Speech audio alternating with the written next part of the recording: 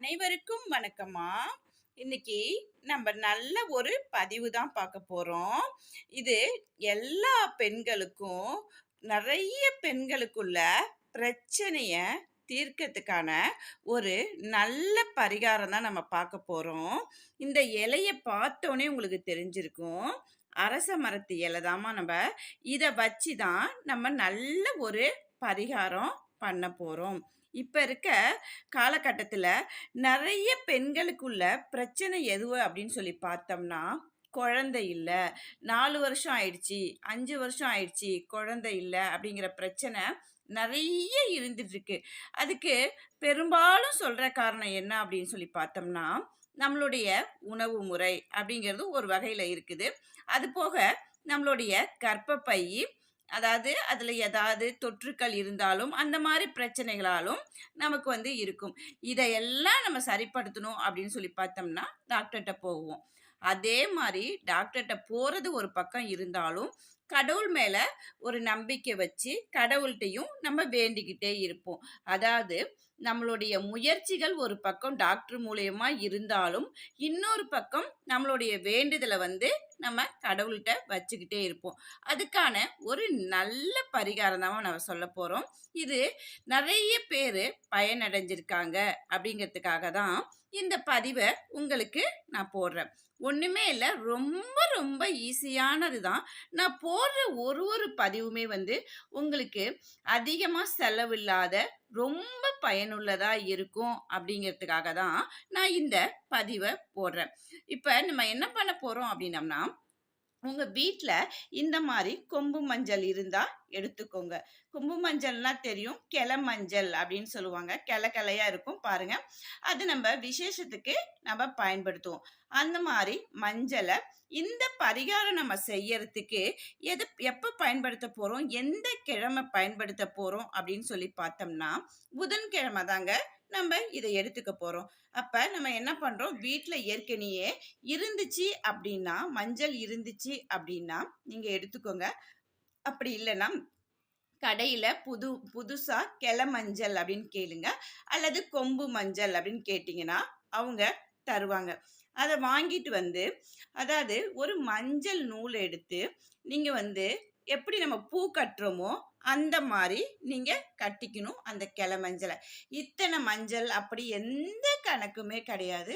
அதாவது நீங்க ஏதாவது ஒரு அதாவது உங்களுக்கு அரச மரம் பக்கத்துல, அதுவும் பிள்ளையார் இருக்கிற மரமா இருந்தா, கீழ அரச மரத்தடியில பிள்ளையார் இருப்பாரு.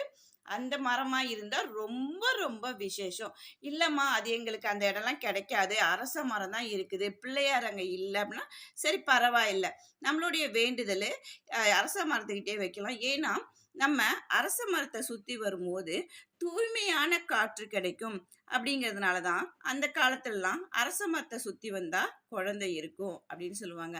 அப்ப நம்ம அரச மரத்த சுத்தி வரும்போது, நமக்கு கர்ப்பப்பையில இருக்கிற எல்லா பிரச்சனைகளும் தீந்துரும் அப்படிங்கிறத ஒரு அறிவியல் ரீதியாவும் நமக்கு பயனுள்ள ஒரு தகவலா சொல்லப்பட்டது.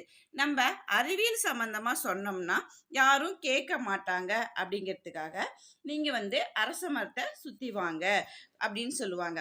அப்ப நம்ம இப்ப செய்யப்போற பரிகாரமும் எத பத்தி அப்படின்னா, அரச மரத்த வச்சு தான் நம்ம பண்ண போறோம். புதன்கிழமையில நல்லா காலையிலேயே நல்லா அழகா குளிச்சுட்டு, நல்ல சுத்தமான உடை அணிஞ்சுக்கிட்டு, நீங்க இந்த மாரி மஞ்சள பூ கட்டுற மாரி எத்தன வேணாலும் கட்டிக்கலாம். ஒத்தப்படை, ரெட்டப்படை அந்த மாரி எதுவுமே கிடையாது. உங்களுக்கு எந்த அளவுக்கு வசதி இருக்கோ. ஆனா, ஒரு கிளையா பார்த்து அங்க எடுத்துக்கோங்க. கட்டும்போது ஒரு கிளை மாரி எடுத்துக்கங்க. ரொம்ப மரத்த சுத்தி கட்ட முடியாது நம்மளால. அதனால ஒரு கிளை அளவுக்கு எடுத்துக்கோங்க. சின்ன கொம்பா கிடைச்சா கூட பரவால்ல. அந்த மாரி மாலையா கட்டிட்டு போயிட்டு, புதன்கிழமை அன்னைக்கு தான் இந்த மஞ்சள் மாலைய போய் நம்ம அரச மரத்துல கட்டப் போறோம். கட்டிட்டு என்ன பண்ண போறோம்னா, அந்த அரச மரத்துல இருந்து ஒரு 9 இலைய எடுத்துட்டு வரணும். அதாவது அரச இலைய கொஞ்சம் பெருசு போல இந்த மாரி பாருங்க. கொஞ்சம் பெருசா எடுத்துக்கோங்க. அதுல எந்த கிழிசலோ, ஓட்டையோ எதுவுமே இல்லாத மாரி பார்த்து எடுத்துட்டு வந்துருங்க. எடுத்துட்டு வந்துட்டு அங்கேயே நல்லா பிள்ளையார் இருந்தாங்கன்னா, அங்க பிள்ளையாருக்கு ரெட்டை விளக்கு போட்டுட்டு வாங்க. அங்க பிள்ளையார் இல்ல அப்படின்னா, இந்த மஞ்சள் மாலைய மட்டும் நீங்க கட்டிட்டு வந்துருங்க. வந்துட்டு அங்கேருந்து 9 அரச இலைய எடுத்துட்டு வாங்க. எடுத்துட்டு வந்து வீட்ல என்ன பண்றீங்க அப்படின்னா, இதுக்கு அந்த மஞ்சள், குங்குமம் எல்லாம் வச்சுட்டு நான் முன்னமே சொல்லியிருக்கேன். அந்த நுனி வந்து நம்மள பார்த்தாப்புல இருக்கணும். அந்த காம்பு இருக்கு பார்த்தீங்களா? அது வந்து நம்ம சாமிய பார்த்தாப்புல வச்சிடணும். 9 இலையும் ஒரு பித்தள தட்டுல வச்சிருங்க. பித்தள தட்டுல வச்சு 9 இலைக்கும் மஞ்சள், குங்குமம் வச்சு 9 விளக்கு நீங்க வந்து ஏத்திக்கிட்டே வாங்க புதன்கிழமை அன்னைக்கு. அதாவது மஞ்சள் மாலையும் சாத்தணும். அது போக நீங்க என்ன பண்ணணும் அப்படின்னா, இந்த மாரி இலையில வந்து தீபமும் ஏத்திக்கிட்டே வரணும். பிள்ளையார்கிட்ட உங்களுடைய வேண்டுதல சீக்கிரமா எனக்கு வந்து குழந்தை பிறக்கணும், வரம் குடுங்க அப்படின்னு சொல்லி வேண்டிக்கணும். இந்த மாரி நம்ம வேண்டும்போது, கண்டிப்பா இது நெறைய பேத்துக்கு நல்ல பலன குடுத்திருக்கு. சந்தேகத்தோட இது செய்யலாமா? இதெல்லாம் என்ன அப்படின்னு யாரும் நெனச்சீங்கன்னா, தயவு செய்து நீங்க செய்ய வேண்டாம். மறுபடியும் நான் சொல்றேன்.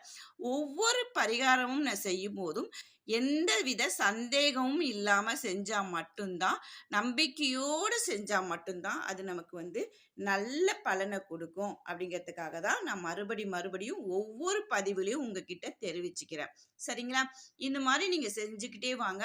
கண்டிப்பா உங்களுக்கு வந்து நீங்க ஒரு நெனச்சு பார்க்காத நீங்க நெனைக்கவே முடியாது அப்படின்னு ஏதாவது உங்களுக்கு குழந்தை பாக்கியமே கிடைக்காது அப்படின்னு சொல்லியிருக்கவங்க கூட, உங்களுக்கு வந்து கடவுளுடைய பிள்ளையாருடைய அருளால கண்டிப்பா வந்து உங்களுக்கு நல்ல அருமையான, அழகான குழந்தை கண்டிப்பா உங்களுக்கு பிறக்கும். அப்படிங்கிறதுல எல்லளவும் நீங்க சந்தேகமே பட வேண்டாம். அப்படிங்கிறதுக்காக தான் இந்த பதிவு போட்டிருக்கேன். இதே மாரி நீங்க செஞ்சுக்கிட்டே வாங்க. உங்க வாழ்க்கையில நல்ல விஷயங்கள் நடந்துகிட்டே இருக்கும். அப்படிங்கிறதுக்காக தான் பதிவ நான் போடுறேன். சரிங்களா? என்னுடைய சேனல் பிடிச்சிருந்தா சப்ஸ்கிரைப் பண்ணுங்க. வாழ்க வளமுடன்.